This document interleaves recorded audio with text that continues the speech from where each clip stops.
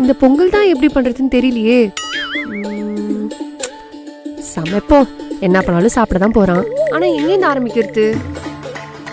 பால், தயிர், பெப்பர், மஞ்சத்தூள், மிளகாத்தூள், பட்டர், காஞ்ச மிளகாய், தக்காளி.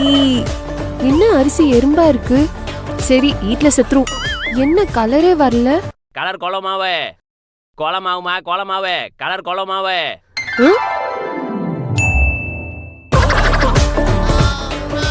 ஸ்மெல்லே வரலையே.